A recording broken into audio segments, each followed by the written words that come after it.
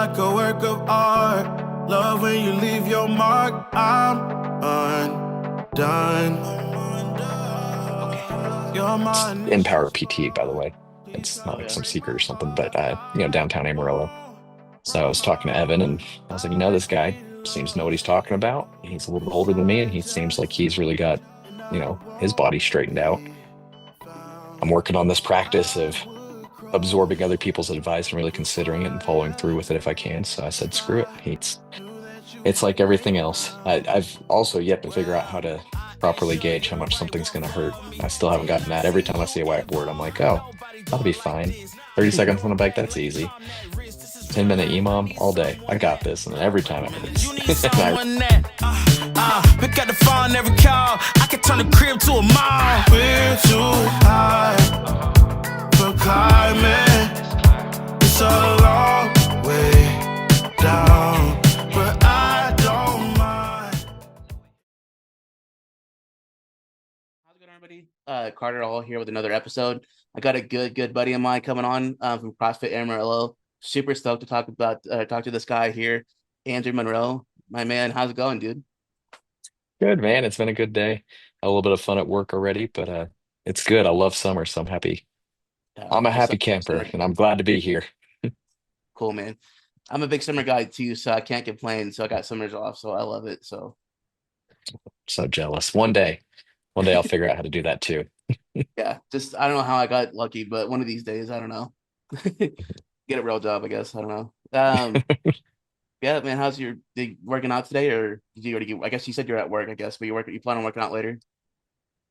I will probably go swing by uh, the gym and get some snatch practice in. I've Oh been yeah. doing Nick's barbell club and I've got some homework I need to work on. But I've got one of those whoops and it told me I'm at like 25% recovery today. So Oh no. I might use that as an excuse to take it easy. So, Okay. but we'll see. End of work comes around and sometimes you feel a little more motivated. So might get a little extra in, but that's the current plan. Nice. So how's that Yeah. barbell club been doing? Because that's a new thing that they just started at the gym. Has it been going like how's it been for you per se, I guess? To be honest, I've only made one class. It's been a busy Hey, it's all summer with good. travel, but I like it. It's been helpful, especially on the more technique-driven lifts. I'm pretty, snatch is just a big weakness of mine. So that's been Yeah, nice being able to kind of have an excuse to zero in on it, the little I've gotten to do. cool. That's awesome, man. I mean, stats is one of those ones that like either hate or you really love. It's like you really love it or you really hate it. I think from my point of view, it's like that's everybody I talk to. It's like one of those things. Like I don't know. That's at least that's what I hear. I think. I'm with you. I think that's accurate.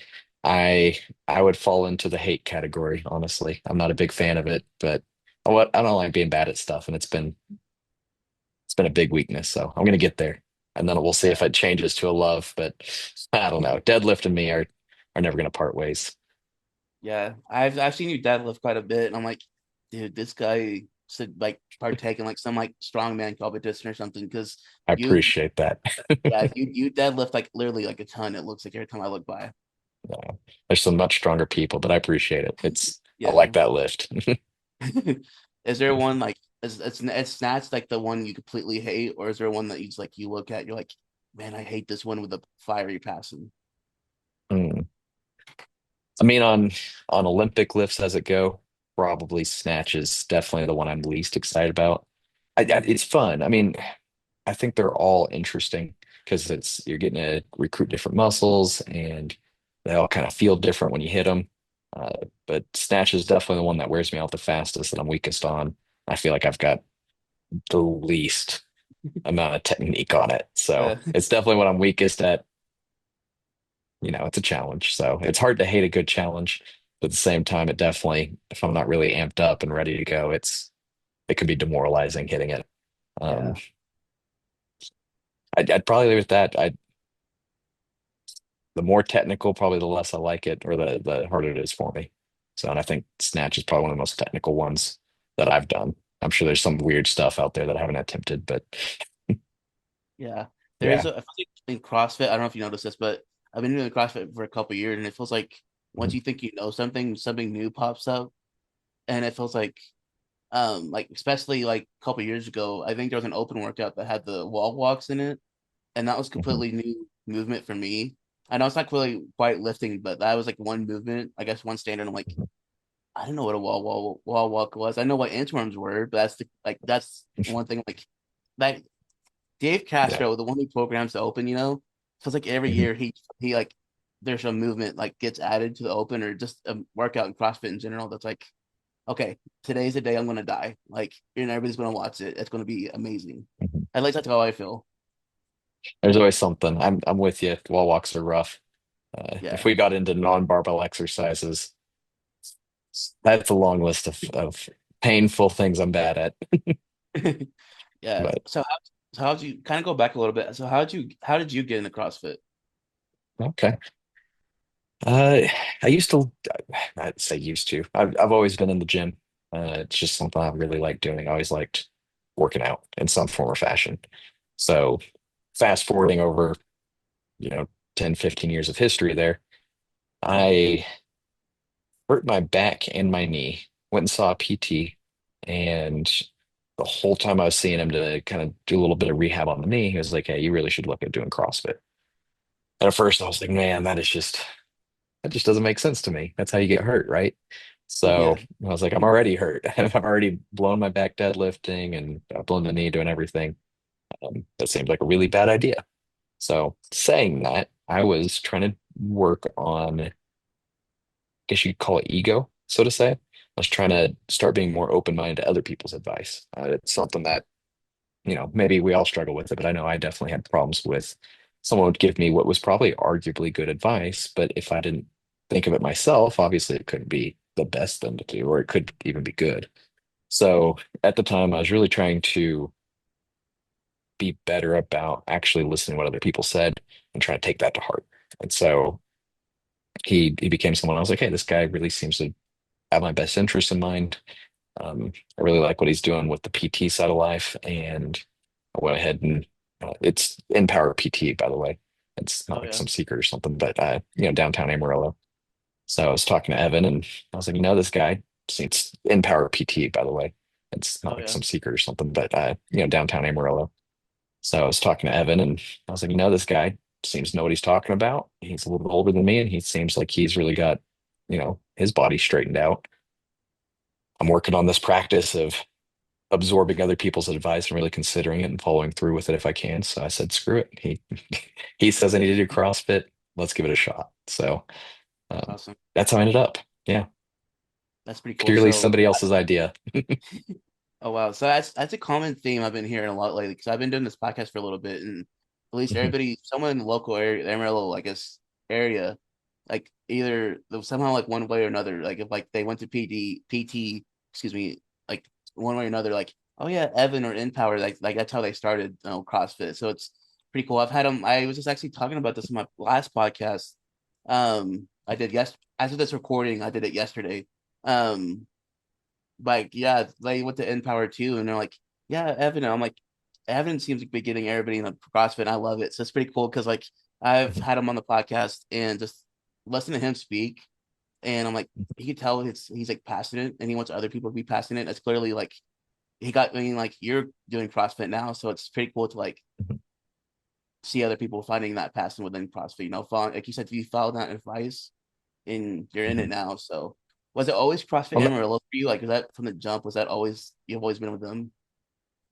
yeah, that was, I've been to a couple workouts at other places, but nothing that I was ever like committed to. It's just, maybe it was a bring a friend kind of thing, or I was doing something on my own. I ran a years and years ago. I did Tier 3 Tactical, has a couple different uh, CrossFit programming, uh, self-directed workouts. So I think I did maybe 12 weeks, a 6 week, and then a 4 week and maybe a 3 week. There was something, and I can't remember the exact time frame, but I did like two or three different Tier 3 Tactical kind of CrossFit workouts. Really? But uh, I shortchanged it, just like the whole reason that, the CrossFit stuff works for me is if I'm left to my own devices, I'm shorting the reps, I'm shaving off the reps at the gym, I'm not doing the weight I should be, or, skipping snatches. for example. So I'd get into the tier 3 workout and I'd go to the gym. It's just me and I don't know what I'm doing. And I'd be like, man, I don't want to do snatches. I don't know how to do those. So I'd throw snatches out and just do more squats, or they'd have some cleans and I didn't like the weight that it was suggesting. So I'd do light cleans, or I'd just be like, I don't feel like doing cleans. I'm gonna do deadlift. And so I Yeah, was like self-modifying to a too much of a level where I was kind of hurting things. So uh, that was the closest I got, but I didn't really do anything CrossFit-y until CFA. So, that's awesome. and it's, big shout out to guys like Evan and Chase, our in-house PT guy, Yeah, and these guys that are they're addressing the root cause of problems versus just the symptoms of, an yeah. injury or something like that. I think it's really cool what they're doing and getting people into CrossFit, being able to go in and, working with people on making lifestyle choices versus just, hey, here's your knee bend, do that a bunch, and continue with your life. It's really cool to see them out there actually helping uplift people and get them to do what's good for them versus, you know, fixing symptoms like a lot of PTs do. So I had a long conversation with Chase about the other day, and honestly, that would be a worthy topic of itself. But it's really cool what they're doing. I think it's really beneficial for the community. I believe that 100% too, because there's been times I've talked to Chase too a little bit, and just like there's been times I'm like, hey, what do you think about blah blah blah XYZ? He's like, yeah, man, just and then he goes into it. I'm like, he just drops like a little bit like nuggets of wisdom. I'm like, that's so cool. Like just to be able to have that in-house PT with you or with CFA. So it's pretty cool just to hear someone like that with that much knowledge, or even Evan, for example, because those two obviously know what they're talking about. Like you said, it's different Mhm. from just like going to PT, like you said, doing something that you're like, oh yeah, do this. Am I doing it right? And you don't know, you're questioning everything, and you're Yeah, resting back, and you probably hurt yourself even more. So it's something that's really awesome to see too. I yeah, think, absolutely, absolutely. yeah. So far that you've been in CrossFit, how long? So how long in total have you been at CrossFit Amarillo? Oh, maybe what was that, 18 months, something like that. I Oh, started nice. in November, December of 23. It's funny, we were just talking about this yesterday while I was running, but it's hard to put a number on it because that first couple of months I was really soft about showing up. Maybe one or two times a week. And uh yeah, I didn't really start rocking and rolling until probably, February, March of uh 24. So somewhere in that 18-month range would be my guess if I didn't have a calendar in front of me. Oh, nice. So you really went up, like obviously going up and like going to workouts more frequently, more, I guess over time. Yeah, the consistency, especially hitting at least 3 times a week, it's a noticeable difference. So yeah, I was kind of spinning my wheels there for a little bit, but once I started getting consistent, um, and I really felt like I was doing CrossFit, and really saw a lot of results from it in terms of feeling like my engine was bigger and more capable and getting stronger and uh, all the positives. Yeah, that's cool. I mean, did you ever like? Did you always believe in I guess, like so to speak, the philosophy of CrossFit Amarillo from the get go, or even CrossFit as a whole, like the early on, or that's something like you caught on later on as the more you went? Definitely caught on, I would say, like grew into it. I mentioned the ego problem earlier, same thing, uh, I thought I knew what was the right way to work out, the right methodology and what that meant for me. And, definitely have rewired my brain on what I think that should be. Have you So ever took a had little bit though. I always does that thing. It even took me a while too. It took me like a little bit to get in that groove too, like you said, like because it took me a couple years to like even find like overall like if people like it comes quicker or slower. And it took me a little bit to like okay, like I go 2, 3 times a week. Now I'm like up to four, sometimes five. I'm like, okay, like it's one of those things like I gotta go work out. And I'm like, today I was like, I gotta go work out. And then this morning I'm like, no, I gotta edit. I don't like taking rest days a whole lot. But when I do, I'm Mhm, like, okay, I gotta edit. I got a podcast with Andrew. I gotta do this. I gotta do it's like mhm. now I'm second guessing myself. I'm like, okay, I can go this evening. If I can do that, like I'm one of those people. Like I gotta go this. I gotta go sometime. So definitely one of those things I clicked on later on. I think for me. Sure. I do think there's especially at the beginning, whether you're talking philosophy or not, but just your capacity to be able Yeah. to handle multiple workouts a week. Because that was kind of what I ran into, especially at the beginning when I said I was being soft. I was just, yeah, do a workout and it would just destroy me for days. And so I'd be like, well, I don't have it in me to hit another one for 2 or 3 or 4 days. And I Yeah. hit another and I'd be like, all right, I'm down for the count again. And it was a lot more intensity than I'd been doing, especially post COVID.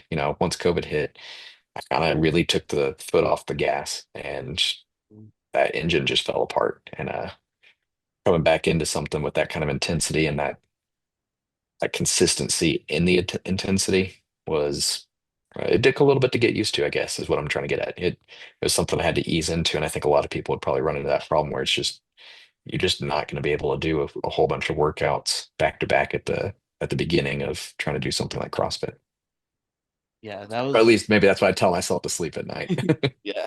I mean, I agree. I mean, I think whenever COVID happened, that really for me, I think I was like, I started CrossFit fully in 2019, and Hmm. so going from like, oh, like getting into it to like everything's gyms are closed, and like I don't know anything about anything when it comes to CrossFit. So it's like, so I was just a baby at that point in that in this CrossFit world. So like, not gonna do workouts at home. I don't know anything about like programming because if it was up to me, like it mostly was because this was like my CrossFit. Like this was like Zoom calls or with certain CrossFit coaches. Like this was what it was like. And like, man, how do I find the motivation one to do the CrossFit workout and two to log into Zoom? It's like it's one of those things because I was in college too, so I was like man, this is like a trippy time, dude. To actually, if it was up to me, I'd just stay in bed. Like, oh, I sat up. That was my one sit up for the day. Like I'm good. There we go.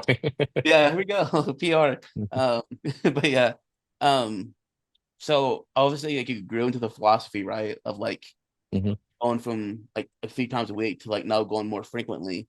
What was it like? Like, did you ever see yourself early on like competing on like the monkey wrench games, for example? Was that something like you ever saw yourself doing, or is that something that just developed over time?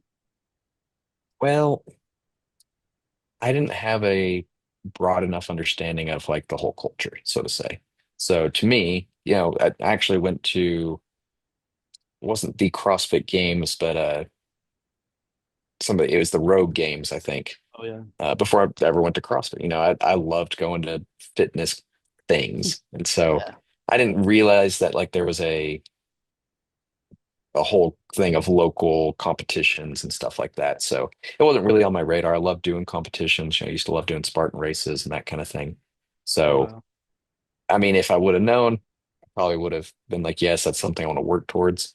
But, I think it was 806 Classic. Someone was like, hey, one of my friends outside of the gym was like, hey, we're going to go do this if you want to come do it with me. I was like, buddy, I can't do anything. I can't do muscle ups. I can't do the wall walks, successfully. I can't do a lot of the movements. He's like, no, there's scales to this. Just like a class, you can do your thing. So, I mean, up until I got an invite to go to one, I didn't really understand that like competitions existed for people that weren't, at the level of the CrossFit Games. yeah. So I guess that's a non-answer. Sorry. You're good. No, that's a perfect answer because like Yeah. it's one of those things too. Like early on, like I didn't like when you signed up. I'm like, oh, that's pretty cool. And you're like, you used to sign up too. I'm like, I'm not signing up for that. I'm not good enough for CrossFit. I've been doing it for a little bit, but I'm not good enough for that. Like the fact that you were doing it was like really motivational too to see it like outside perspective looking in. I'm like, that's pretty cool because like you said, like I didn't like I was like you, I didn't have enough like a broad enough like understanding, if that makes sense too. Like, Mhm. oh no, like I can't compete. These guys are beasts. Like when I think of at the time, I was like when I think of competitions, I thought of like Josh Bridges, Rich Froning, the big net. That's what I thought of. I'm like, Mhm. I'm obviously nowhere near these guys. Like, and people are competing for fun. Like, this is fun for them. Mhm. Like, I'm just working out just to get in shape or do something, At the time, I'm like, Mhm. but now it's like, oh man, that's something interesting to see. So that's something I definitely want to knock off the bucket list. And I think it's a big part of you too. Like you, like a couple of people at the gym too. I'm like, dude, next year, Monkey Wrench Games, I think I want to try and do it. You got this. And just a little bit of training and you show up. That's all it is. I think anybody can go do it. Hell, I got last place, so you can. It's open for anybody. Yeah. So It's couple. great having something like that, that game day, something that you're looking forward to, where you've got to have that. You're like, it gives you that extra push to show up to the gym. Maybe you have a day where you're waffling on going. Having having something, and maybe it's not a competition, maybe it's a race, maybe it's a cruise. I don't know. If you have that thing lined up down the road that gives you that extra push, I think that helps with the motivation and maybe squeeze a little more out of the workout than you might would have otherwise. So I think everything aside from actually competing, just having a thing is really important for getting more out of your day-to-day workouts. Yeah. And then you I, show up and it's really good to have that blast of a workout where you just get, squeezed like a wet rag. yeah. So I think that's probably healthy too, as long as you don't get hurt. For sure. There was a workout we did a couple weeks back, or like a week or two back. It was an evening class. I can't remember the workout, for example, but it had thrusters and something else in it. I can't remember the workout, but I can't remember. I don't ask me. I forgot. It's been weeks already. ADD over Yeah. here. So there was a workout. I remember talking to my brother, Brandon, who also works at Empower too. So I remember we were on the workout. I was like, oh my gosh, this sucks so bad. Like during the workout, it's like 34 rounds of whatever. I'm like, this sucks so bad. But after everybody finished, like there was like the second, like everybody finished, it was like that dopamine hit too. And all like I felt like the best way to describe it sometimes, the aspect or community of CrossFit, or at least our gym, is like I felt like everybody had went to war and came back was like swapping war stories. Like everybody was whole happy to see each other. Like, dude, blah, blah, blah. It really, it was like so cool. Like that environment was so cool. Like we all suffered together, and through suffering Mhm. together, it brought us together. If that makes sense. No, absolutely. A little trauma bond action. Yeah, for sure. That dopamine hit, right? Yeah, yeah. No, it's Yeah, it's it's definitely a piece of it for sure. yeah. Do you ever have like that? Have you ever, like since you've started CrossFit? Do you ever have a like the I might die in this situation kind of feeling? I guess like, oh my gosh, I'm suffering right now. I can't go any further. Have you ever had that so far? There's definitely been plenty of workouts that really took me to that red line. Uh, you know, maybe not that I was worried I was going to die, but there's definitely been Or times where it's pass like I out? just don't have anything left in me. We're at the very limit of what I can do. So, and again, that's really cool because it's really hard to take yourself there if you're just kind of dinking around on your own. But when you kind of have I'm going to say peer pressure because it's not exactly that, but when you have the accountability of other people that know what you can do, and you're there, and the coach is there, and you've got the encouragement, and you see other people doing it, it gives you that extra push where it's like, I guess I'm gonna bring that dial up one more notch and push through this. So Yeah. usually the ones that really take me to the red line there is if they combine some burpees and thrusters for whatever reason, that Oh yeah. just steals my soul, man. It gets me. Uh, as a side note on that, it was just it's funny what you can do, 20-minute EMOM, that can steal your soul. Yeah. But you can also there's so many things that do it. We were at the games in Fort Worth last year. Yeah, Uh, just because it was easy to get to and it's kind of fun. And I brought a friend with me that doesn't do this kind of thing. And we went to the Proven booth, mhm. and this girl was chatting us up that was working the booth and was telling us that, if we were real men or whatever you want to call it, we would do both their challenges. One of them was biking on the assault bike with a backpack. And it Oh, well. was, I think it was a 30-second sprint, or maybe it was a certain calorie you're trying to get. I think it was as many calories as you get in 30 seconds. And then separately, there was it was like as many push-ups as you can get with a bike. I can't remember the combo, but it was quick. Both of them were really quick with a little Go Ruck bag with like 20 pounds in it. And that 30-second sprint for max calories, oh my goodness. I could barely stand. And the guy who hadn't done any CrossFit before hopped on a bike and he's really fit. He's one of my good friends. And he's a beast. And he hopped on there and he knocked it out. And one, he was pretty upset because he hadn't done an assault bike before and he was a few calories short of me. So on one hand, he's like, okay, I guess CrossFit's been doing something for you if I can't beat you on this bike. But also, we had to talk about that an hour later because we had to go lay down on the floor outside the booth for, 15 minutes trying to not throw up from our 30-second sprint. So it's crazy to me how many ways they can just make you suffer and what time frames. For So sure. It's one of those tongue tied again. It's one of those like little like burner workouts. I guess burner, I guess mhm, quick ones that I like to call them. That are like mhm. it's always the easy ones, right? That look like, oh, I can conquer this until you start it, right? It's I think everybody says that, and then you do the quick ones. You're like, oh my god, I am dead. It's like I don't know. That's awful. Yeah, Because I just doing anything on the bike, the Echo bike, like all the bikes hurt in their own special way. But I think the assault bike, I think, is gonna be that and the Echo bike are my two favorite or least favorite bikes out of the three, I guess. But especially doing adding push-ups to it too. It's with a wreck, that sounds horrible. it's it's like everything else. I've also yet to figure out how to properly gauge how much something's going to hurt. I still haven't gotten that. Every time I see a whiteboard, I'm like, oh, that'll be fine. 30 seconds on the bike, that's easy. 10-minute EMOM all day. I got this. And then every time it hurts. And I Yeah, regret my inability to properly understand how difficult some of these workouts are going to be. So, definitely. It's cool. it's always it's always a mental challenge, like doing mental Yeah. gymnastics, trying to understand like how bad is it going to hurt, and it's every time it hurts more and more. And it feels like sometimes. Especially when they make you count high. Like, come on. Don't make me count past five. For sure, honestly. We did the 36-minute EMOM a couple weeks back, and like this is horrible. Like I'm drenched in sweat. Like I was the last minute I was on the floor dead. But That's but yeah, good it was for you. I awesome. love it. Yeah, I love to hear it. yeah. So kind of go off a little bit about CrossFit a little bit. Um Yeah. Something a little bit about you, but people may or may not know about. It's like you tell me if I'm wrong, because obviously this is your life. You wrote a book, right? Yeah. Written a couple. So okay, the Yeah. one I was talking about was correct me if I'm wrong. Was called Huh. It's Dead by Tomorrow, right? Yeah. Yeah. That it actually wrote it with the guy I was talking about that did the bike with me. So Oh wow, what's the chances? yep. Yep, he's a good guy. So yeah, I wrote that with him. I guess a little bit more background for those who care. I'd written the first one, which is a fantasy book. Uh I guess it's been 5 years now. And so wrote that one, had really good time with it. And uh, Daniel, my friend, was interested in trying to do his own process of writing and see how it goes. So I was like, let's collaborate on a kind of self-help book.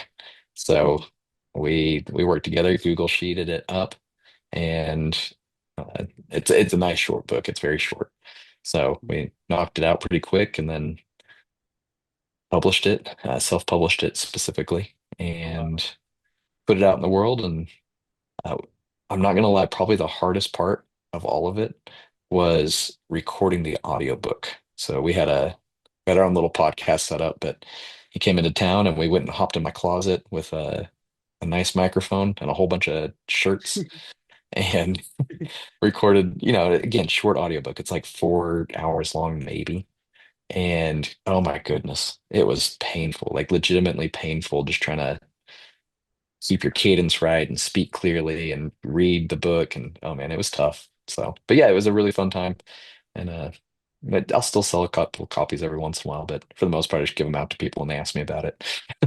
Cool. That's cool, man. So like Yeah. it just started like you said, just as a fantasy book writing with your friend, and then that's pretty cool. I didn't know that there's an audiobook. Had I known that, I would have probably been more knowledgeable and asked you better questions. So that's on me. You're So good. so what was it like? So how'd you okay, before we get into the actual book, so how'd you get into Mhm. writing? Like was that something you knew like you were going to do ahead of time, or is it something that kind of sprung upon you? Ooh, that's a fun one. So it probably started. I won an award for like most persuasive essay in like third grade, which who knows what is going on through a teacher and a third grader's writing like. But I think I wrote something about like how we deserved like an extra hour at recess one day or something because I loved the playground. So anyways, we got an extra hour of recess for this and I was like, I am a god at writing. I must become a writer. So I like that that. was maybe a catalyst. Um, but I read a lot. So uh, it goes again back to elementary school. I read a ton to the point where we did it was like AR reading competition, I think is what it's called. My memory's a little Oh yeah. fuzzy. But I broke the contest. They disqualified me and just ended up not giving out prizes because they didn't believe that I'd read the number of books I'd read. And they're like, no, there's no way this kid did that. But we can't figure out how he's cheating. So we're just gonna get rid of him and we won't give out a first place prize and we'll do like second and third place or something. It was strangely unfair. Jeez. I mean, I just read like nobody's business. It was stupid. So I read a lot, and that just kind of that trends you towards wanting to write. Just about anybody who writes, I know, followed a similar path of some kind where they just wanted to, they read too much, and at some point you're like, okay, I've been consuming, can I create? So it always been in the back of my head, always something I wanted to do. If I was to have a big boy dream down the road, that is ultimately what I hope for is to write books for a living. Unfortunately, I like money more than I like pursuing that dream. So it's been a very slow process Yeah. turning that into a reality. So, that said, uh, I did a lot of essay writing, did a lot of blogging, did some ghost writing and some ghost blogging. I'm not sure if those terms are interchangeable. And then, I figured I had some free time and I needed to get on that pot. So I wrote the first book and it, it was fun. It was a big learning experience. And that led into us kind of wanting to write that book together and uh, kind of put something out there that was more self-development for like our employees. Because at the time, we'd both kind of transitioned into more leadership roles at our respective companies. And we just were seeing these problems, and we'd have the same problems with completely different employees and completely different geographies. We're like, well, what if we wrote something to help people that you just don't really learn in school? Like why you should take a 401k match, why the small things matter, why it's not about the big projects, but it's about the little day-to-day stuff. So that's just kind of what it came down to was just, you know, let's write. Um, I've just always had fun with it too, just to circle back a little bit there. Um, that was when we were doing entrance exams for college and you had the SAT and the ACT. And that Oh was my yeah. favorite thing was just subverting writing prompts into something weird. So I think I wrote about Obi-Wan Kenobi for my SAT, like my actual SAT for Wow. college. I wrote how inspiring Obi-Wan Kenobi was. Wrote about Tom Bombadil from Lord of the Rings another time in high school. Just do silly stuff. And I don't know, it just was always fun for me. So I always enjoyed it. Right. Gotta do what you gotta enjoy, right? If it's good for you, it can't be Yep. that bad for you, right? If you enjoy it, it I can't be that hope bad. not. I'm trying to So I got to tell my bowls of cereal at night that though they need to step say. up on that not being bad for me because I really enjoyed that. What's your go-to cereal? uh, if I'm really misbehaving, Captain Crunch Oh yeah. or the Fruity Pebbles with marshmallows. There's something about those Fruity Oh, Pebbles with the marshmallows. I can just crush it. So that said, I've been a little bit better. I've been swapping a lot of it out for Ghost's protein cereal, which is just exorbitantly wow. expensive as cereal goes, but slightly healthier. But uh, you know, I Yeah. really just need to stop doing nighttime cereal. Yeah. Once I start though, it's like, hey, we're on the train already. And then that bad thoughts are like, okay, I can do one more bowl of cinnamon toast Yeah, crunch or just keep going more and more. It's like, oh man, I feel like a fat slob right here more than I really am, just like sitting on this couch watching Netflix at night. So yeah. that's a good time. It's Well, tough to stop at one because you got milk left in the bowl, and if you, yeah, who's tossing that? You gotta keep it going. for sure, man. Hey, we gotta work on those. Hey, that's what snatches and burpees are for, right? The next day. They have been punishing me enough that I Yeah. I am questioning my decisions. So that's funny. So like when you write, like what's your creative process like? Are you sitting down like are you one to like sit down, okay, I got an idea, I'm gonna write down, or are you jamming out to music or what are you doing? Like what's your creative process like? I occasionally will put on some like really like low key music. I don't know how to, there's a better word for it. And you would think I could say it. Basically, non-lyrical, instrumental, study Mhm. music almost. To an extent, I can put that on, but I mean, I probably write worse with that. So I very rarely have music on. I will put my headphones in and just put the noise canceling on and kind of quiet the place out. Oh yeah. Um, but and that's maybe that goes to the other bit of the process. For me, kind of like a big believer in places. Like I think home gyms are really difficult for people. I think you need to have a location that you go to that says you can trigger that like, hey, it's workout time. So Yeah.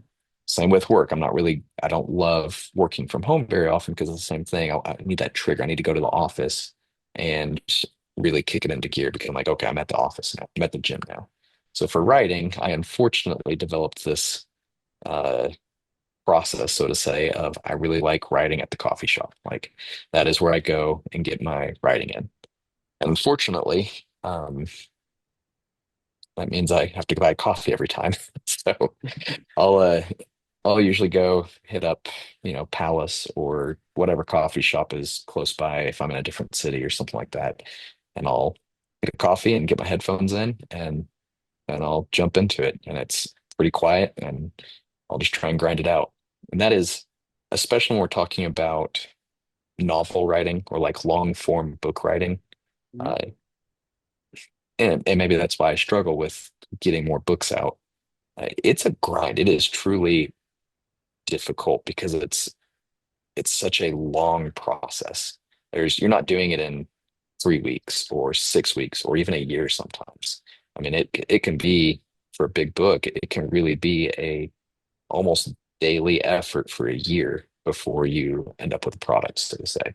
So it's it can be demoralizing knowing like you're not anywhere near the finish line. You got to keep hitting it and keep hitting it. So it's been a weird piece of trying to become a writer is having to get past that almost quick dopamine hit of finishing something and getting a return on it. Yeah. So, That makes a lot of sense too. It's like I get that a lot. Like we feel like having a home gym, because like I said, during COVID time, I didn't like going out to my backyard and having to work out. It's like going to an actual gym or going to Palace, whatever, and drinking or a cup of coffee, doing something to like really ignite that trigger. Okay, I'm here to do something. I was always like that too. It's like I can't be in my own home to do something if that makes sense sometimes. It's uh, like I going to CrossFit Amarillo, like going to the gym there. It's like, okay, I'm here to work and I'm here to do this. Like whatever workout they have planned. It's not going to kill me, but I'm here to work out. That's why I want that. That's what I came here for, if that makes sense. So I really like that mhm, aspect of like that helps you with your writing. That's pretty mhm. cool. Well, and the gym is a great example of it. You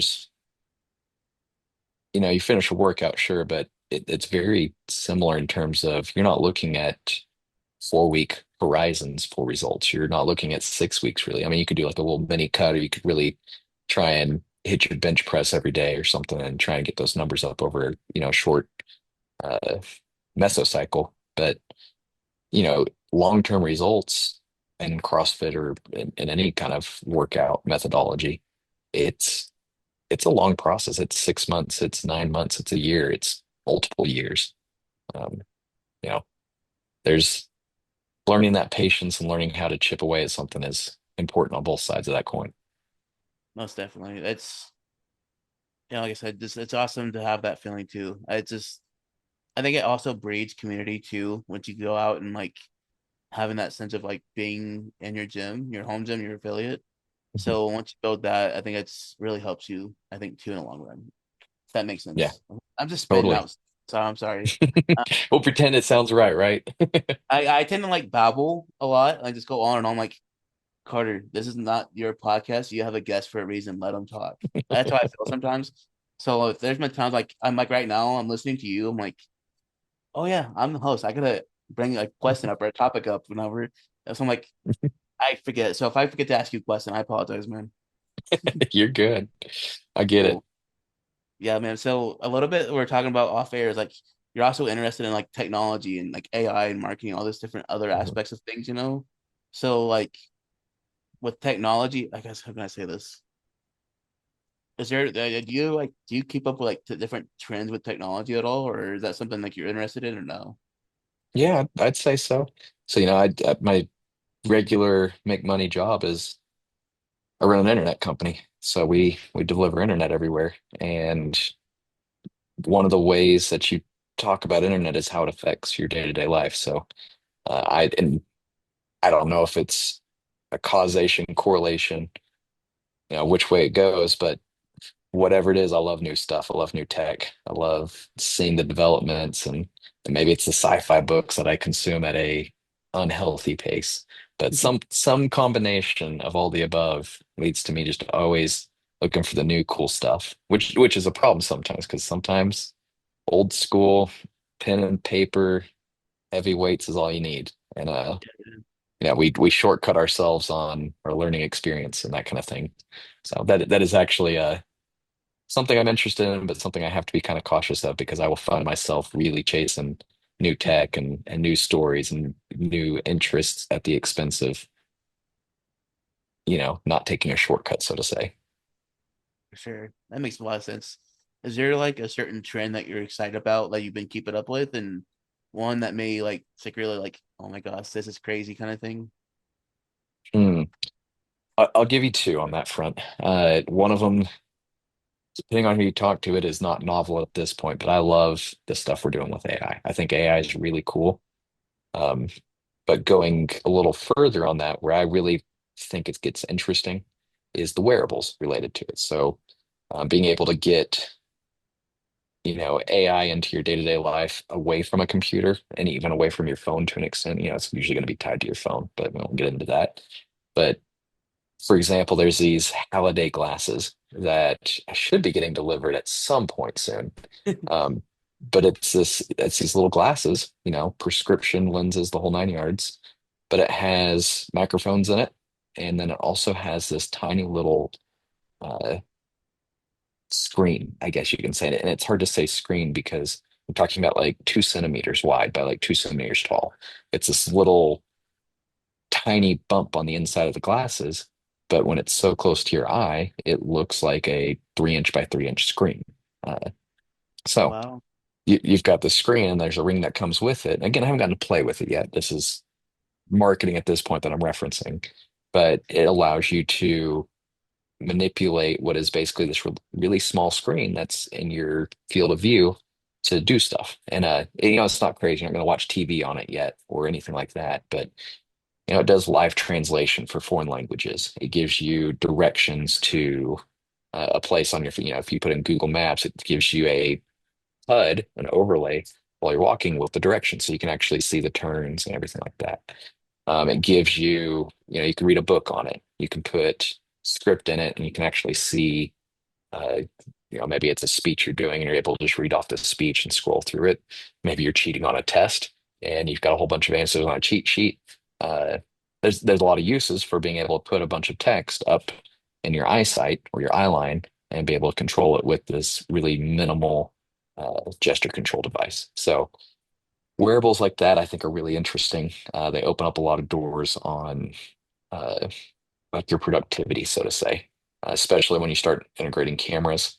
You can take it into a workout space and say, hey, I'm able to start basically taking Whoop, but really escalating what it can do for you. Maybe you're looking in the mirror and maybe you'll watch yourself work out and see form correction.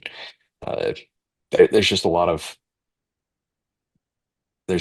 applications that haven't been produced yet because the hardware and the software isn't quite out yet. But once they marry those two, Mhm. um, I think there's going to be some really interesting stuff on what you're able to do with a wearable, with AI integrated in and stuff like that. So I love the idea of wearable AI and kind of a future world like that. That's really cool. I mean, you gave me a lot of like information on that because like it's pretty cool. Like to be able to wear glasses or wear something wearables or something that like can help you in the long run too. Like you said, I work at Tascosa and or at high school, and it's like kids use this stuff all the time. I can only imagine with them wearing that stuff too in class, not knowing. But so do you think? So pretty much from where I'm sitting at and hearing it, so because I agree with a lot of things you said. So I don't know if you think I guess I'm playing devil's advocate. I don't mean to be, but Hit it. So do you think like where like AI wearables are the future of this generation? You think? Hmm. I think I think they're going to be prevalent. I think everyone will have it. Uh, but if I'm going to put my curmudgeon hat on, the big concern, I think they should be limited to I agree. like, an age range. I think there's, I think kids are going to be learning at a slower rate, or they're going to be losing out on certain skills. And because they're going to have access to this technology. And the same arguments were made about Google and having access to the internet where everything, you didn't have to go to the library to look it up. Um, I think there's going to be a trade of ease of information, ease of using that information, and knowledge work to an extent is going to be too easy almost for a lot of kids coming up, and they're going to lose out on certain learning skills and the hard skills that would normally be acquired from having to do certain activities. I mean, you can see it to an extent now with the quote unquote iPad generation. There's a certain level of social anxiety or lack of social awareness, um, or lack of social skills that has come up with kids who were entertained by iPads for the majority of their life. They don't have as deep of relationships. They don't have uh, as many friends or as close of friends, maybe. And maybe I'm just parroting what other people say. But I think that direction is where the wearables get to where not only are we losing those social skills, we start losing kind of the point of school. And instead, we start learning how to really use AI, and these kids are going to be really good at doing that, and that's going to be interesting. They're going to get really good at using AI to solve problems and to uh, go through life with it. But I think the trade-off is potentially something that we should be really concerned about. So, all that said, yes, I think give it 10, 15 years, and we're gonna, assuming we don't have some great filter event where we no longer exist or have an AI overlord. I think everybody will have something, and you'll have some really personalized AIs that give you a whole lot of data on who you are, what you're doing, and potentially shape your path going forward. Most definitely. I think, like you said, with everything going on, I think we could see that. I could see that going on too. It's like be able to manage something that we're creating is a big thing, obviously. Um, like you said, with the iPad generation, because obviously I was born in '97, so iPads and weren't even Apple. Apple was maybe a thing back in the day, but iPads weren't a thing back when I was growing up. So obviously there's kids. You can go out in public nowadays and they got a thing like straight like right there. It's like doing something, to keep them quiet, doing something, and I think over time you could see that possibly going on. So maybe regulate. I don't know if regulate's the word, but yeah, I could see what you're saying about that too. Yep, it's interesting. We'll have to see what happens. But Hopefully, overall, I think it's cool stuff. most definitely, I think it is too because I have a cousin who's going to college for that kind of stuff too. So just hearing stuff that he says, I'm like, you're just hearing stuff like back. Every time we see each other for Christmas or Thanksgiving, you're like hearing stories like, oh yeah, blah blah blah. I'm like, dude, this is kind of cool. I think it's cool. I don't know.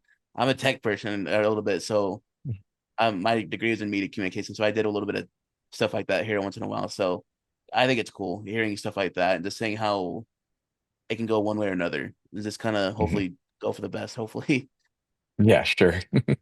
yeah. So, do you think AI overall, since we're on the topic, do you think it will change creatively or just how we access it? Like, do you think it will overall change anything like that, like the people's creativity? You think? Yeah, I it's going to change, and it already has. I think it's changed the content that's produced. It has a bunch of positives and negatives. It's really easy to make, mediocre content now with AI. Yeah, And some of it's not mediocre, some of it's really interesting. I saw something recently that I think it was like the top 10 channels on YouTube. Uh, Only one of them doesn't have like a noticeable amount of AI being used in the creation of it. And like four or five of them are 100% AI generated content. Uh, so yeah, it's interesting that people are able to do that and that they're able to find so much traction with this, alternative content device. Uh, and I don't think that's necessarily a bad thing. I know a lot of people use that as an example of like, hey, this is why the world's wrong. All these creators are losing out on money that they would get because AI is taking over. Well, I think that's coming at it from the wrong direction. I think a lot of people, like in the end, the content we're consuming should provide value of some kind, right? And so whether that was created by a person by the sweat of their own brow with their rock and stone or their pen and paper or their AI trained, chat GPT project. Um, in the end, it's about the consumer, right? So as long as it's something valuable to us, I don't think it changes anything. I think it opens the door for a lot of people that might not have had the gumption or the follow through to maybe create content or create stuff or solve problems. I think it's going to really kind of give them steroids and gives them a lot of opportunity. But on the other side, there's a concern that it will drown out maybe quality content. We'll use books for example. Um, Not that, 100 years ago, there was not a lot of people that wrote books. I mean, there was plenty, but it was one of those things that there weren't, maybe let's call it millions of people. Well, as technology's made it easier to write, and I being one of those people, I'm never going to write with a pen and paper and create a book with that kind of thing. As technology gets easier, uh, more people can get into that market, more people can take a swing at it. Yeah. Uh, I think that's really cool, and it's really affected the quality of work that authors are generating out there. Um, that said, I'm concerned that we will reach a saturation point where it doesn't matter how good your work is or how valuable that content is, whether that's YouTube or writing books or the millions of things that people do out there with technology. You're going to get to a point where the market is so saturated that it's going to be hard for people to find something that is meaningful to them. Um, and I don't know, maybe that's not true. Maybe we'll get better at consuming content, or maybe we'll get better at being able to tell what we actually like at a quicker pace. That's something that AI could do. You can go in right now and be like, hey, I love these kind of movies. These are the kind of movies I like. Give me more of it, and AI will do a much, much better job than most people will on helping you find you know, movies and TV shows that match what you're doing. Same with books. You can put in like, here's these seven authors that I love. I love these specific books, and here's what I liked about them. Find me another list that I can go do this. And a librarian's going to be really hard pressed to do it. I'd be hard pressed if you come to me and you're like, hey, I like these three books and I haven't read them. I'm like, yeah, sorry, man. It's not sci-fi, it's not fantasy. I don't got you. Business, maybe. Uh, but if you're into romance, I don't have any suggestions for you. I have nowhere to work with you on that. Whereas, some of these chatbots are able to really give you high quality suggestions on where you go. So maybe it gets easier. Maybe the AI builds a bigger pool, but it also helps you filter that pool down. I don't know. Um, it'll get interesting. I think so too. Like you said, I think AI could use that tool like in a sense of where like it could be beneficial in a sense of where like you said, if you go into a library, like, hey Andrew, if you're the librarian, like, hey Andrew, I want a book like I read the Harry Potter book series. Can you give me something that's related to that? And like say I don't know anything, but whereas like he said doing that can really there's a lot of I think I can see where people understand like, oh yeah, this is where it could be a good thing, a bad thing, but I think it could be in a good sense of where like if you bring it up like in a good sense of like, yeah, like, hey, I need help with XYZ. Can you help it or help me? Like, yeah, it's do that. Like he said, there's a saturation that's going to come with that, right? So it's like, how can we detect, I guess, all that, if that makes sense? I'm not sure if I'm saying that all that right in my head. In my head sounds good, but like, I don't know if it's coming out verbally too. But like you said, like it really help out. I think it could be a beneficial tool as opposed to our, I guess, quote unquote downfall, if you will, if that makes sense, you know? Mhm. And that's just on the consumer side. It gets really interesting to think about what the bigger players are using it for. If they're able to generate a safer world for us. that's a great trade-off if we're able to Most protect definitely. more people, diagnose more illnesses, prevent more Yes. catastrophes. If we're able to do a lot of that stuff, there's definitely, you know, there might be trade-offs, but that might be worth it. So it's a big rabbit hole. Yeah, it is. You can, I yeah, I could listen to this all day and actually talk about it. I actually listen to it. I'm like, yeah. I feel like I'm back in college listening to something like this is actually pretty cool listening to all this, So it's pretty cool. hmm Yeah, and that's the thing. Sometimes it's easy to talk about and think about, and then you remember there's work to do, and you've got to actually go back and actually do other stuff. But it's not Yeah, going to solve your problems right now. for sure, But man. no, it's a cool topic. Yeah, man. I want to keep you too. I feel like we talking for like ever and ever. But is there like before you head out, is there any like books like you think since we have you, like is there any books you've read lately, like or just overall in the grand scheme of things, like you like people should check out?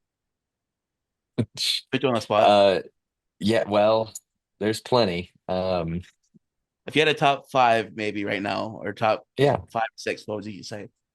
I'll give you a few of them. So for one of my favorite kind of health books, it's halfway between self-help and just being healthy. It's Outlive. Oh yeah. Um, it's a really good book if you haven't read it. I really encourage you to get Muscle Mass on is to a really short version of it, but the guy he just did a really good job with it. And if you want to look into that, but you're not sure you want to pick up a book, because I know that's hard for a lot of people, uh, the Chris Hemsworth series called Limitless on Oh yeah. Disney Plus, that's the guy. So it's the same concept. So you can watch Chris Hemsworth do the stuff instead. So I'd say Outlive would be number one that I'd recommend.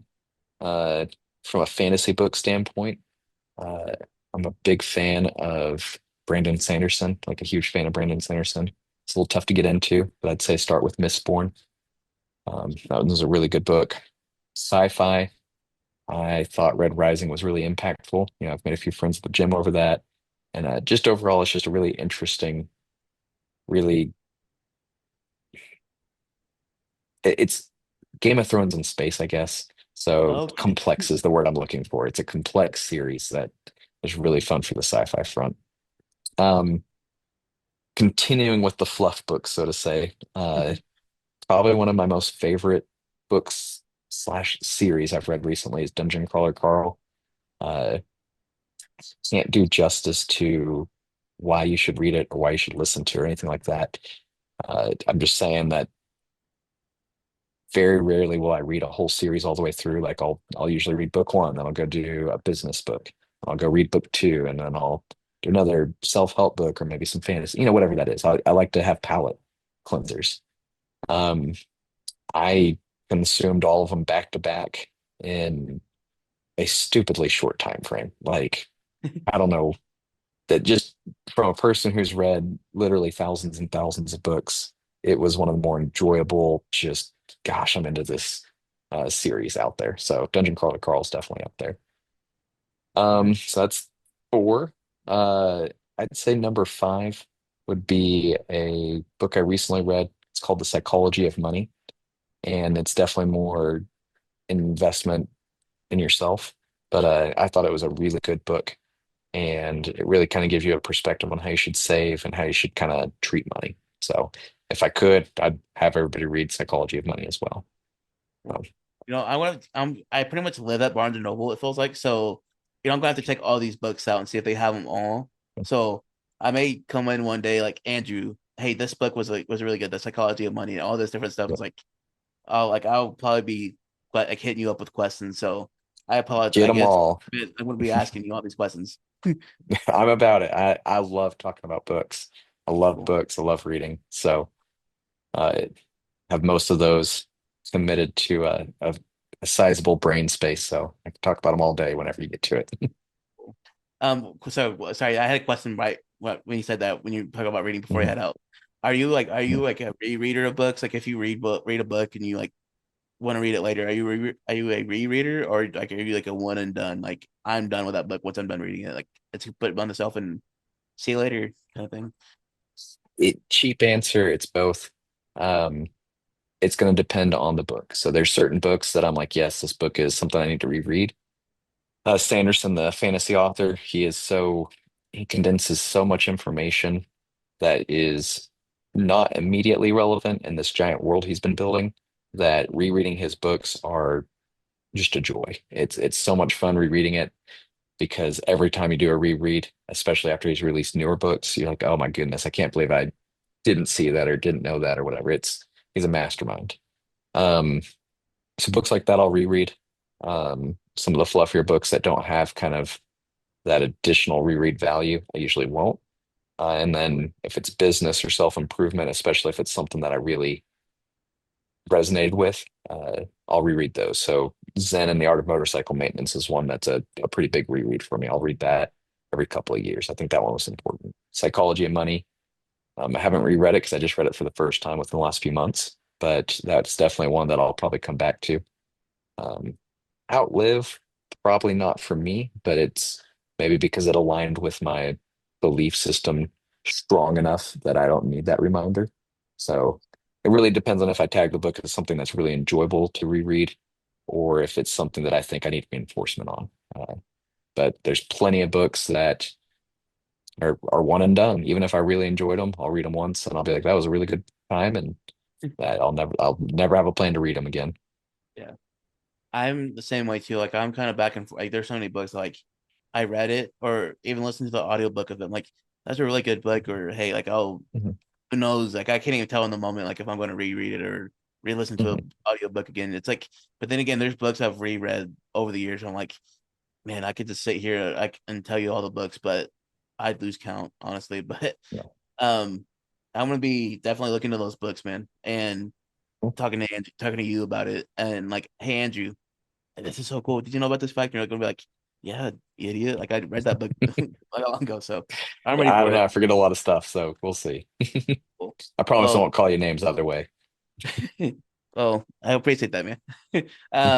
Hey, thank you again for coming on the podcast, dude. I keep looking at the time. I do this all the time. Like I look at a podcast or I do a podcast. I'm like, I don't even want to be 30, 40 minutes. And like an hour later, I'm like, hey, Carter, they have other stuff to do. So let them kick rocks. So I appreciate it, man. This was such a pleasure. Thank you so much for inviting me to come on.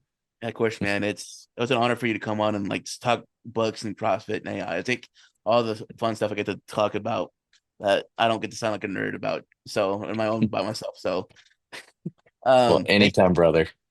thanks, man.